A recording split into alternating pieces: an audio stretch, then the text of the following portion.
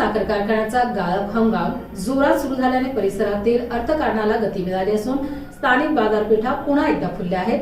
कारखाना सध्या दररोज सुमारे 3000 मेट्रिक टन ऊस गाळप करत आहे। कारखाना सुरू झाल्याने शेतकऱ्यांना ऊस वाहतुकीसाठी नियमित संधी मिळत असून मजूर, वाहन चालक, हमाल तसेच लहान व्यावसायिकांना रोजगार उपलब्ध झाला आहे। केदारेश्वर कारखान्याच्या यशस्वी कार्याने शेतकरी वर्गातही उत्साह संचारला असून येत्या काळात गाळप क्षमतेत आणखी वाढ होणार असल्याचे संघर्ष योद्धा बबनराव ढाकणे, केदारेश्वर सहकारी साखर कारखान्याचे चेअरमन ऋषिकेश ढाकणे यांनी पत्रकार परिषदेत बोलताना सांगितले। यूसीटीव्ही न्यूज प्रतिनिधी पांडुरंग निंबाळकर, शेवगाव।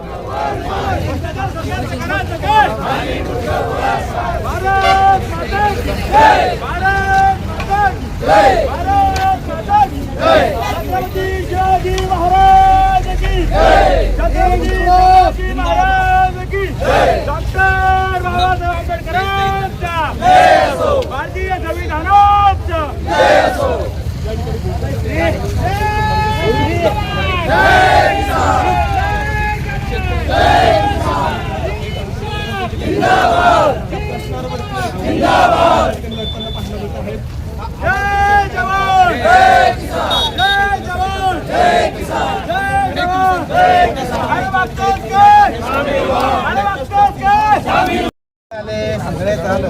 साहेब निवेदन वाचून सांगा जर सर। चला आपण त्या 5 दिवस चालणाऱ्या उपोषणाकडे इथलं शासन हे डोळ्यावर पट्टी बांधून चूप राहतं, मुख गिळून गप्प बसतं, तेव्हा त्याचा आवाज बनून या भागातलं धुरंधर व्यक्तिमत्व असलेलं शेतकऱ्यांचा पोरगा सरपंच मंगेश साबळे हे तहसील पर्यंत येतात आणि झोपलेल्या तहसीलदारांच्या कानामध्ये, अरे कर्मचाऱ्यांनो, ज्यांच्या शेतातलं तुम्ही अन्न खाताय, एका दाण्याचे 1000 दाणे करणाऱ्या इमानदार मायबापाच्या पोटी जन्म घेणारे शेतकरी पोरं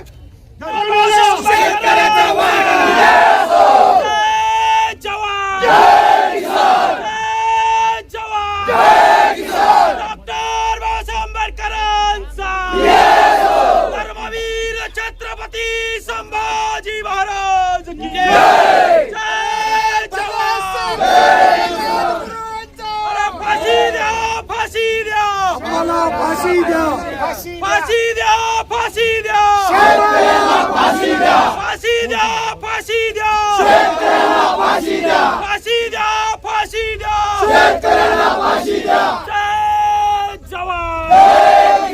आमदार संतोष दानवे यांच्या काळामध्ये शेतकऱ्यावरती 13 शेतकऱ्यावरती गुन्हे दाखल करण्यात आले। लंबे होणार सगळे ते फोटो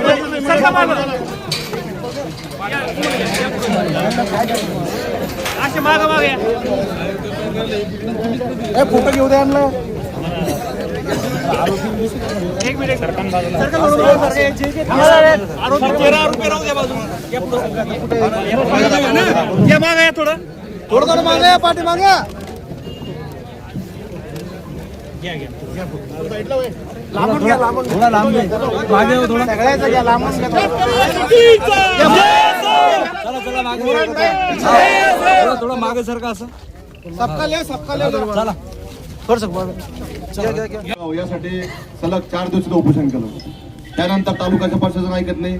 शेतकऱ्यांच्या 6000 विहिरी मंजूर झाल्या, मात्र मस्तर काढल्या जात नाही। प्रलंबित प्रस्तावांना टीएस दिल्या जात नाही, म्हणून आम्ही 5 दिवस उपोषण केलं।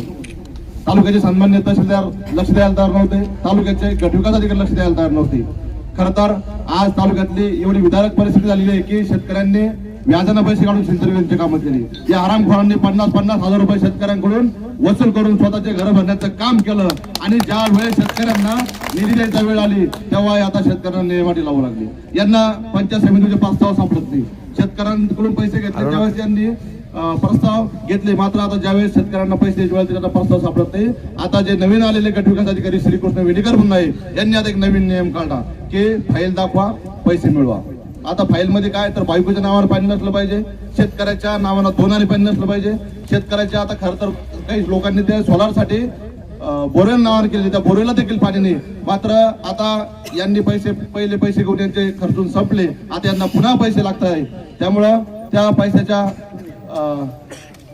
पैशासाठी यांनी पुन्हा शेतकऱ्यांची कामं अडवण्याचा विडा उचललेला आहे. पण यानंतर आम्ही शेतकरी पुत्र यांची मनमानी अजिबात खपवून घेणार नाही. शेतकऱ्यांची आडवाडवी केली तर तुमचं कानपाड फोडण्यात येईल असा इशारा मी यावेळी देतो. आणि आम्हाला दाबण्याचा प्रयत्न इथले राजकीय प्रस्थापित नेते असतील, संबंधित अधिकारी असतील, यांनी कदापि करू नये. कारण शेतकरी आता जागे झाला आहे, शेतकरी न्याय ऐकण्यासाठी आता एकत्र येतोय. त्यामुळं सर्व शेतकऱ्यांनी यानंतर कुठलंही काम आणलं तर नक्कीच मंगेश साबळे असतील, विकासराव असतील, आम्ही आपल्यासाठी मराला देखील तयार आहोत. आपण खांद्याला खांदा देऊन लढावं. बोलतो, थांबतो. आज भोकरदन या ठिकाणी तुम्ही जे आंदोलन केलेलं आहे, जेल भरो आंदोलन, काय सांगाल? यानंतर पुढचा इशारा काय असणार आहे? पुढचा इशारा हाच आहे, आमच्या मागण्या मान्य झाल्या नाही तर हेच आंदोलन आम्ही मित्तल कलेक्टर आहे त्यांच्या कॅबिनमध्ये करणार आहोत. आणि त्यांनी जर देखील ऐकलं नाही तर हेच आंदोलन पूर्ण महाराष्ट्राचा वनवा घेऊन आम्ही मंत्रालयात घुसणार आहोत. मंत्रालयात हे आंदोलन करणार आहोत. अरे तुम्ही पुढं बोला. आणि आज या ठिकाणी सर्व शेतकरी बांधव आले, हे बघितलं पाहिजे. इथल्या खासदारांनी, इथल्या माजी खासदारांनी, इथल्या आमदारांनी हा शेतकऱ्यांचा उद्रेक आहे, हे शेतकऱ्यांचे प्रश्न आहेत. आणि एक दिवस या प्रश्नाचे उत्तर आपल्याला सर्वांना द्यावं लागणार आहे. आपण पळू शकत नाही, आपण जबाबदार आहात. आपण त्या खुर्चीवर बसलेले आहात आणि ती खुर्ची तुमची घरची खुर्ची नाही, ती खुर्ची तुमची वैयक्तिक खुर्ची नाही, ती या लोकशाहीची एक प्रशासनाचा भाग म्हणून ती खुर्ची आहे.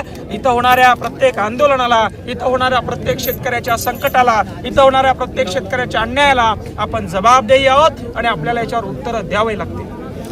बरं, आंदोलन होऊन 3 दिवस झाले, 3 दिवसानंतर गुन्हे दाखल झाले.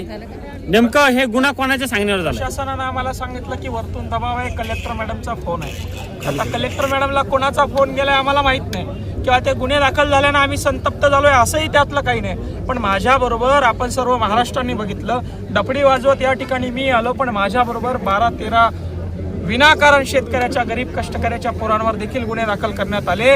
ही लोकशाहीची धांदली आहे, हा लोकशाहीचा अन्याय आहे. आणि लोकशाही पायदळी तोडवण्याचं काम यांनी सुरू केलेलं आहे. आणि जर लोकप्रतिनिधीचा ऐकून प्रशासन गुन्हे दाखल करत असेल तर आम्हाला फाशी द्या हा स्लोगन घेऊन, हे उद्देश घेऊन या ठिकाणी आज आम्ही आलो होतो. मात्र पोलीस प्रशासनाने आम्हाला अडवलं, आमचं निवेदन तहसीलदारांनी घेतलं. आणि जर का आमच्या मागण्या पुढच्या 8 दिवसात मान्य झालं नाही तर हेच आंदोलन आम्ही पुन्हा एकदा कलेक्टर ऑफिसला, मित्तल यांच्या कार्यालयात करू.